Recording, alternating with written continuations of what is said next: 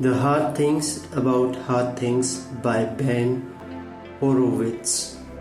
This book is most recommended for business entrepreneurs. Now in this book summary, I will be summarizing the book each chapter wise, and I will be giving some of my point of view throughout this book summary. Most business books focus on what or how to get the things done correctly, but Ben in the book The Hard Things About Hard Things acknowledges upfront there is no such thing as perfect business, and however much planning you may have, screw-ups will be inevitably happening. He addresses all the major screw-ups that have occurred during his time leading billion-dollar corporates and how his team made decisions to turn things around or screw things up further. He outlines the harder decision he had to make and the awful situation you find yourself in. They say entrepreneurship is about crazy highs and terrible lows, and this book paints the full ugly picture of what life is like in the daunting face of disaster. A true understanding of what you can face as an entrepreneur is invaluable, which I believe is what makes this book a favorite. CEO lessons: peacetime versus wartime CEOs. Now, CEOs can be divided into two categories, that is peacetime and wartime. The peacetime CEOs think long term and is a reasonable human being. For example, strategic culture builders follow protocols, set goals and make backup plans and minimizes conflict. Wartime CEO obsesses about the immediate need and couldn't give a damn about anyone. The example of wartime is let the situation define the culture, violates all protocols, doesn't have time to read books about goals, has no backup plans and conflicts with anyone that gets in the way of the plan. No recipes to success or silver bullets to solve problems. There is no recipe to run a company, motivate a team when things fall apart. Just try the best idea you can and don't give up. Keep a clear head. Embrace the struggle. Life is a struggle. In the moments you feel like hiding and dying, that is when your role is most important and you can make the biggest difference. If you statistically have 1 in a 10,000 chance of success, your task is the same. Make and execute a plan. The way of the warrior. Keep death in mind at all times. Live each day like it may be your last and conduct yourself properly in all your actions. Tell things like it is.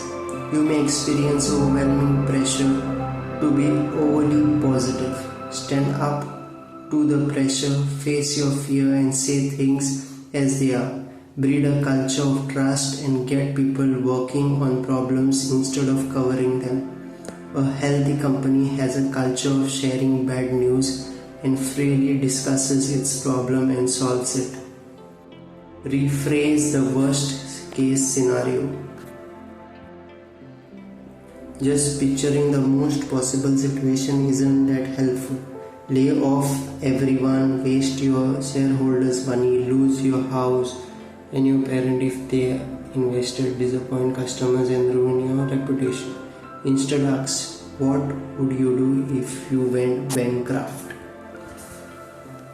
It can be a source of good ideas and potential pivots. In Ben's case, the answer was to launch a new software company using an internal product they'd built. Then ask yourself if you can do that without going bankrupt. Large organizations are slowly and slowed down by a single person. Whenever a large organization tries to do anything, it always comes down to a single person who can delay the entire project. A manager may think, They don't have the authority to make a decision or purchase an engineer. Or an engineer might get stuck. Minor hesitations can cause fatal delays. Make sure you remove all roadblocks, and if anyone gets stuck on anything, it must be diagnosed within 24 hours. Take care of people, products and profits in that order. Crucially important, if you don't put people first, the other two won't matter. Enjoying the work. Making it a pleasure to work for the company means people feel they can be effective and efficient in their work and make a difference. Being a good company is non-essential when things are going well, but things always go wrong, and being a good company can be the difference between life and death. Face the hard decisions head on. Make the hard decisions quickly and don't put them off. Good CEOs take the hard answers to the organizational issues up front before it accrues depth. For example, give the choice of cutting a popular project today that isn't in the long-term plan or keeping it for morale reason, they cut it. Hiring. There is no perfect human or employee. Hire for lack of weakness and willingness to tackle their weaknesses rather than hiring for strengths alone. When things go well, there are many reasons to stay at a company.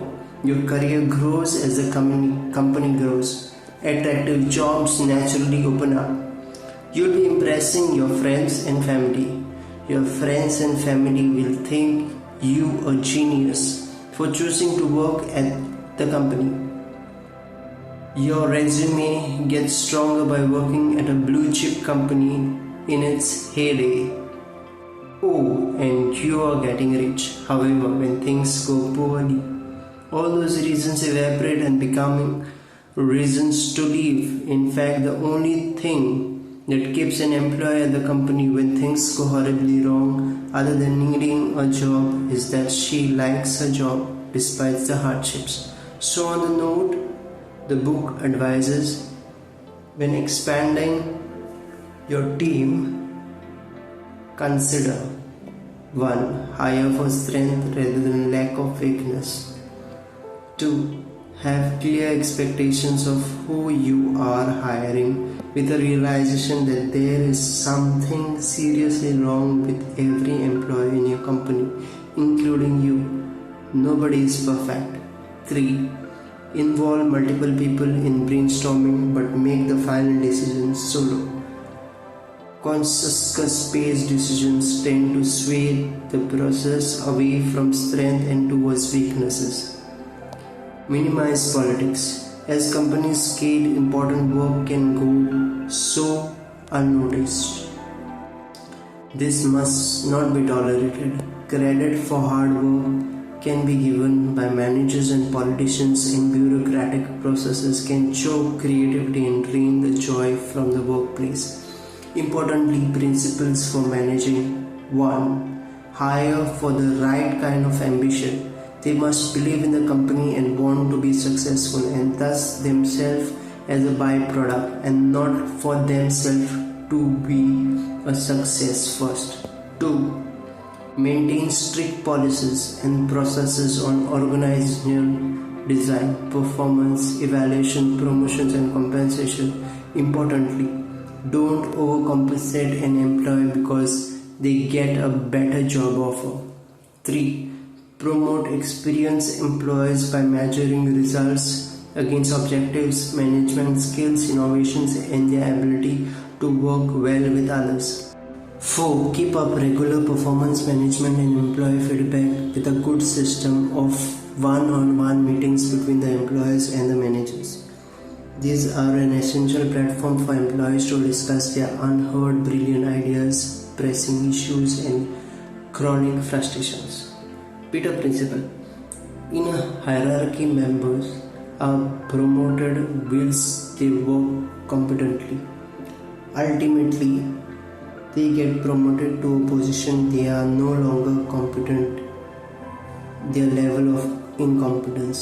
They are unable to earn further promotions and stay in a role they are not good at. Don't fall into the Peter principle. Hopefully, following the advice above and being aware of the principle will help avoid many of the small mistakes. To summarize this book in a short summary, the book follows the author's story as it happened and leaves you with a real sense of how to approach problems.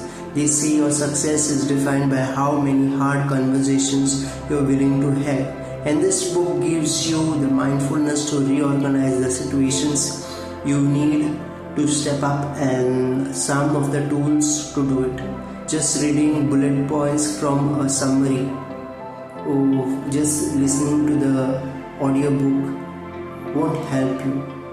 The same as reading a whole story. And if you want to actually have the lessons written above ingrained in your approach, then it is worth your time to read this book. Enjoy the book and embrace the struggle to succeed. Now if you like this video, give it a thumbs up, subscribe to this channel and share this video with your friends. Thank you.